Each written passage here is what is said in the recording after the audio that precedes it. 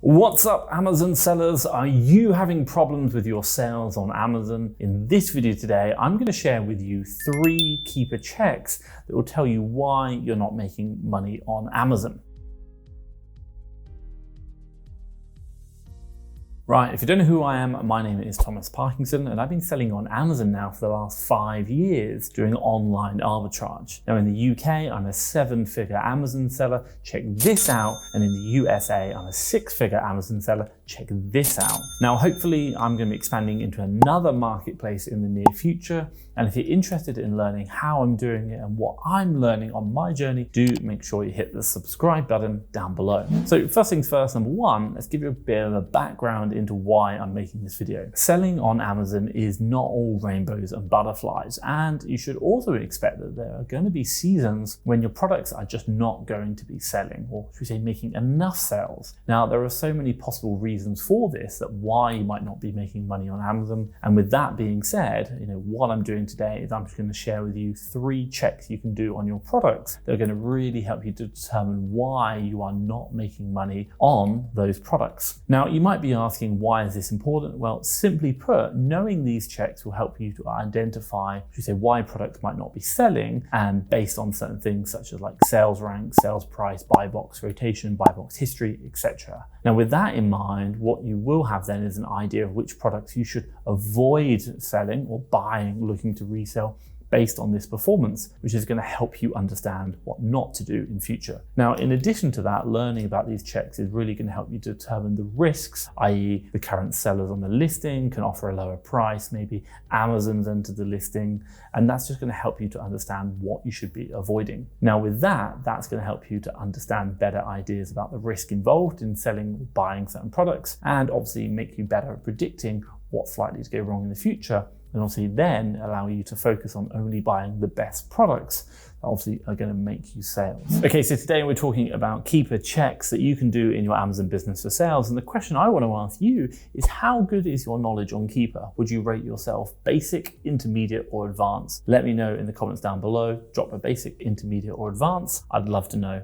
in the comments down below. Okay, so this leads me nicely onto the second chapter and what you came here for, those 3 keeper checks to why you're not making money on Amazon. Now, before I jump on my computer, let me briefly explain to you the following checks first, and obviously then we'll go through it. So number 1, the first check is to actually check the sales rank of the product. Now you might be asking, what is sales rank? Well, quite simply, sales rank measures how well a product is selling with similar items in the same category. Now basically, sales rank is a number given to a product which shows how high in rank order that product is relative to the other items within the same category. Now let's say, for example, you have something which is an item which is sales rank 10. That means it's the 10th best selling product within that category, and if that's toys and games, then this product would be the 10th best selling product in the toys and games category. Now, if you're an Amazon seller, this is going to help you understand the opportunity for profit, the risks, and also you're going to find out why you might not be making money on that product. Now, to put it simply, sales rank is going to support you in understanding how well a product is selling, and by looking at this metric is going to help you to understand maybe why you might not be making money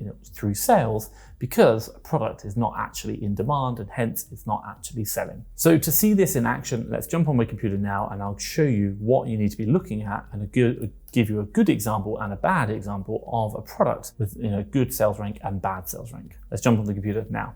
Okay, so here's a product I've jumped on before, and first things first, what I want to do is just quickly scroll down to the actual Keeper chart right here. Now, what I'm going to do is I'm going to load this product up into Keeper itself, and I'm going to explain what's happening. So this is the same product right here, and if I kind of just go back out to all time right here, what we're seeing right now is 2 charts. We've got the top one and the bottom one. Now, I'm going to assume you kind of understand about Keeper, but the one thing I really want to show you is this sales rank, this green line right here. Now, what I'm going to do is just zoom into a certain section. I'm going to zoom from this section back. Why? Because down the bottom, it's got new offer count and it's currently saying no one's selling. But I want to go back to a time when there was someone on the listing. So we've got here new offer count 1. So let's kind of zoom in from this point backwards. And what you can see there. Now, the one thing I'm looking at right now is this sales rank. Now, what does this mean? Again, we talk about the rank order, understanding where this is located in the product in that category. If it's sales rank 1, it's the number 1 best selling. If it's 10, it's 10 best selling, and so on and so on. So the higher up we go, obviously the less best selling it is, and hence you can imply it's probably not selling so well. So what are we looking here? Well, quite simply, let's say for example this product, and even if I just zoom in right here, what we can say is over the course from April 16th right through until August, this product has been sales rank 237,000, going all the way up to 396,000. What does that mean? Well, at best, it was 237,000th best-selling product in that category, and now it's the 400th, nearly 400th. Now, what does it mean? It basically means that product is not really selling. It's so far up that chart or up that sales rank, it's just not selling at all. And top tip for you, what you want to be seeing is either the product's probably like sub 100,000, but if you're seeing this constant increase in that sales rank number, going up and up and up, it's probably meaning it's not selling at all.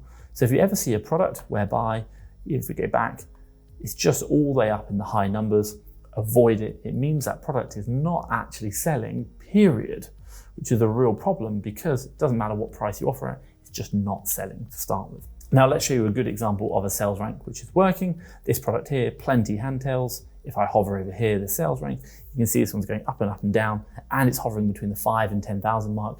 That product is selling really, really good.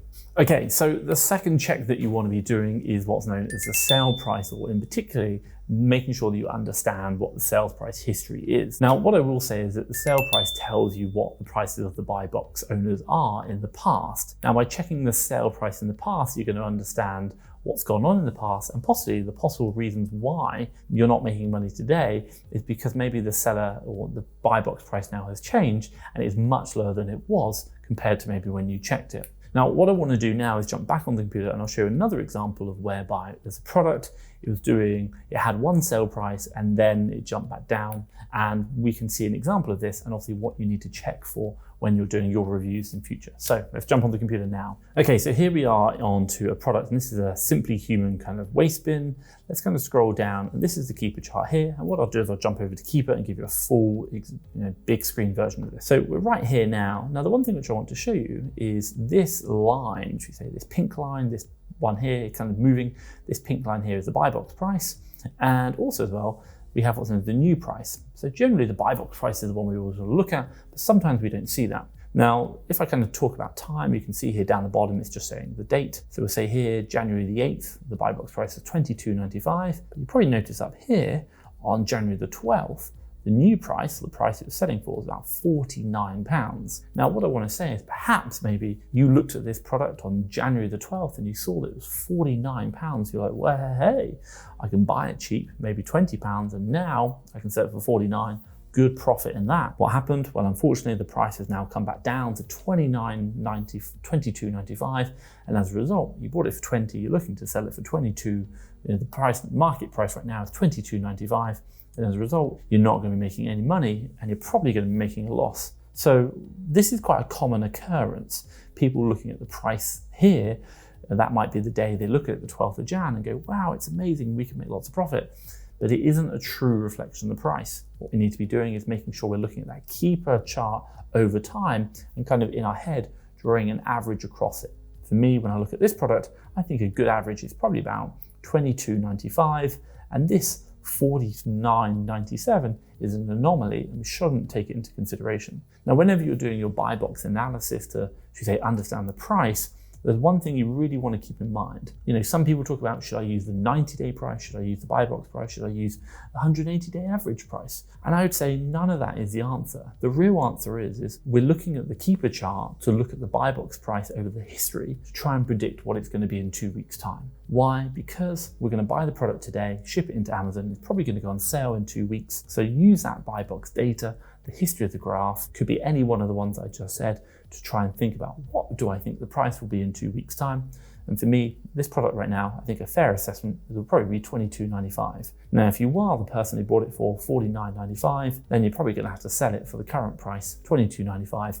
That's a shame, but now you know it's an education. So for you, top tip, make sure when you're using the Keepa chart, you're doing that analysis to see what the price is going to be. Now, the third and final check on Keepa for you is to really think about who is the buy box owner. Now, you might be asking, why should I consider that? So let's say, for example, you sold an item whereby Amazon's on the listing, and we might know about competing against Amazon can be challenging considering they usually offer lower prices. And you're basically understanding it's their marketplace, so they are likely to hold the buy box, where, should we say, 90% of those sales come from whoever holds that buy box. Now, with that in mind, you have an idea that the reason why maybe you're not making money is that Amazon's on the listing and they're the one controlling the buy box. So with that being said, checking the buy box owner is super important to determine whether or not you can compete with the current buy box owner's selling price. And then if you can't, then obviously that might be a problem. So let's jump on the computer now and I'll show you how to check the buy box owner as well.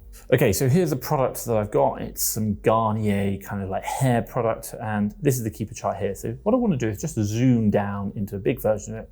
Now, if I go back to all time, the one thing I want to do is just kind of, or should we say 1 year actually, one thing which I want to do is I want to kind of take from this section back. And I'll kind of explain why in a minute. Now, right now, we've got Amazon on the listing and they're selling this product for like $4.79. Now, you might, or even like $5.79 here. Now, you might say you can buy this product, ship it in and get it sold for cheaper. Maybe call it like Amazon's lowest price. Let's call it $4.50. But the one thing we really want to be checking is who's actually controlling that buy box. Now, the reason why this is important is because even if you offer something at a lower price than Amazon, sometimes Amazon will not share that buy box with you. And it's something really important to understand. So looking at the history of the product, understanding if Amazon's controlling the buy box, then you're going to get a much better understanding of whether you should compete versus them or not. So how do you first of all check the owner of the buy box? Well, quite simply, whenever you hover over it, you can see here, Amazon, it says the buy box, $4.50 by Amazon. You can see that in the pink. Also though, you can hover over here and you can see just along the top, it's all that orange bar that's showing us that Amazon control that buy box. Now, the interesting thing I want to show you on this graph right now is, you probably noticed right here, there is a new seller at $4.99 and Amazon's at $5.79. What's interesting there is that there is a new seller cheaper than Amazon, but Amazon is not giving them the buy box. What does that mean? Well, it means pretty much that Amazon is holding that buy box. We just need to be careful when we come into this product because Amazon is not sharing it with other sellers. We can see it here, $4.99, the blue line. We can see it again here, $4.99, Amazon above. We can even see it here, $5.61 and Amazon $5.79, and the buy box $5.79. Amazon is not sharing that buy box with that seller, that other new seller. And for us, that could be a very good reason why that product is not selling. Now, this leads me nicely onto my third chapter, some non-Keepa checks to see why you are not making money. Now, we've just gone through, should we say, 3 checks on Keepa to know why maybe you're not making sales and hence not making money on Amazon. Let's talk about now some non-Keepa checks which you can use for your business. Now, quite simply, what are they? Well, this is the business reports in your Amazon Seller Central back of house. Now, you might be asking why checking the business reports is important. Well, basically by checking the business reports on Amazon Seller Central helps you determine if you're actually getting that buy box and more information about a product. Now, let me tell you that the business reports will not only show you the buy box percentage, but it will show you data like how many sessions, how many people have viewed the actual product, how many of those sessions were your product on there, and what's going on to help you determine whether your product is actually getting views, and if it is getting views, what percentage of them you're getting, and then also as well, how many sales you're making as well, and hence maybe you can understand why something's going wrong. So let us now jump back onto the computer and show you where to locate the reports and what you need to know in understanding that. So let's jump on the computer now. Okay, so here we are logged in. Now we want to just come up here and we want to go to reports and we want to go to business reports. This is going to take you kind of in the back of house, and the top one I really recommend is come down to here, detail, page sales, and traffic by child item. That's the one you want to click. Now, once you're on here, what I'd really recommend you do is set the dates. So for us, say for example, we've got the dates here, and then you want to click download. So obviously if it's going to be like, I hadn't made any sales over the weekends, set it over the weekend and then click download. So we'll do that now. Now what's going to happen is you're going to be given an Excel file that's going to show you lots of details. So let's open this up now and we'll see that Excel file. Now the one thing which I'll show you is right here, you've got what's known as the parent ASIN, and then you've got the child ASIN right here, and then the title of the product. And obviously we'll kind of blur them out because these are the products that I'm selling. Now what you have here is called sessions. That's basically like how many times that product has been viewed, which is quite important because if no one's viewing the product, then obviously you're not going to be getting any sales. So really step one, very important there. Now, quite simply, we do have page views, which is unique page views, but really you're looking at sessions because that's physical people, i.e. one person might view the page twice, so that's one person viewing it twice. That'd be 2 page views, but 1 unit session. So sessions is what you're really after. Now coming across, the one thing you really want to be looking at is here, featured offers brackets buy box percentage. So that means when you are getting views on that product, what percentage of the time is your name showing underneath the buy box? If your name isn't on the buy box, it means you can't make sales. You can't be the person the customer buys from when they click buy now. So controlling that buy box is really important. So the second one you really want to be looking at is having a high percentage, preferably as high as possible, but obviously anything more than 0 is going to be important on that buy box percentage. Now the next one you want to be looking at after that is units ordered. That's actually going to tell you how many units ordered. And again, it basically means sales. So something really important there. Okay, so if I give you an example here of maybe a product that's not working. So first things first, let's have a quick look at this one. What will I say? Well, we can see straight away that it's only getting 3 sessions. So that means in the whole month, 3 people have viewed that product, and one of them viewed it twice because it had 4 views. And when obviously they did view it, we had 0% of the buy box. So we weren't controlling it, and as a result, we got 0 sales. Now for you, when you're looking at that product, is to say, well, first things first, the product itself isn't selling. So that's a big problem. But perhaps maybe we're getting, I don't know, perhaps maybe it's this product up here. The actual product's getting lots of views, 1,566. And you can see that we only won the buy box 0.56% of the time. And the result was we sold nothing. So we can see here, it's getting lots of views, but we're not winning the buy box enough, and hence we're not getting our sales. So what we want to do then is probably be more competitive on the buy box, and that's going to help us out as well. Now, a final example would be maybe this item down here. It's got 23 views, but we are getting a lot of the buy box, 72%, but still 0 sales. What does that mean? Well, it means that we're pretty much in control of the product. We're on the listing pretty much most of the time, but what we are seeing is the fact that, unfortunately, just not enough people are watching that product at the moment. So what we can do is either give it more time, wait for more people to view it, or perhaps maybe we could drop the price to try and improve the ranking, then it would give more views, or we could look at doing something like PPC, which is a whole nother conversation, advertising for that product as well. But right now, we are getting a lot of buy box percentage, but just not enough people are viewing it, and hence we're not making enough sales. Okay, so the one thing which I'm going to say to you is right now we're talking about problems with products not selling. Now, quite simply, it's easy to find a product that can make profit and ROI, but if it's not selling, that is a big issue. Now, the one thing I'd really recommend for you is if you are struggling to find products which are selling, then look no further than FastTrackFBA Leads. This is a service I created whereby we've got a team of VAs sourcing for the UK and a separate team in the USA. We source 7 days a week and we put all our deals onto our online platform. Now, quite simply, you come in, you buy tokens, you review the deals, and you pick and choose the ones that you want. Once you found a deal that you really like, you then exchange the tokens, unlock the deal, get the supplier URL and the Amazon ASIN, and resell it on Amazon for a profit. Obviously, continue to build your business. Now, if you want to see FastTrackFBA Leads in action, then what I'd recommend doing is having a look at the link down below, FastTrackFBA Leads. Trust me, I think you're going to love it, and it's completely game-changing. No one does anything like this. Now, this leads me nicely onto my 4th chapter, some top tips for you. So first things first, avoid products where Amazon is on the listing is a generally good rule. What I will say is that when you are finding products to sell on Amazon and you see that Amazon is on the listing and they've got a lot of stock, generally skip. Move on to the next one. Why? Because basically Amazon will pretty much hog the listing 9 out of 10 times, and as a result, you're going to have your stock sat there waiting for Amazon to sell out before you can actually do it, which could mean a lot of storage fees or never actually being able to get sales at all. So avoid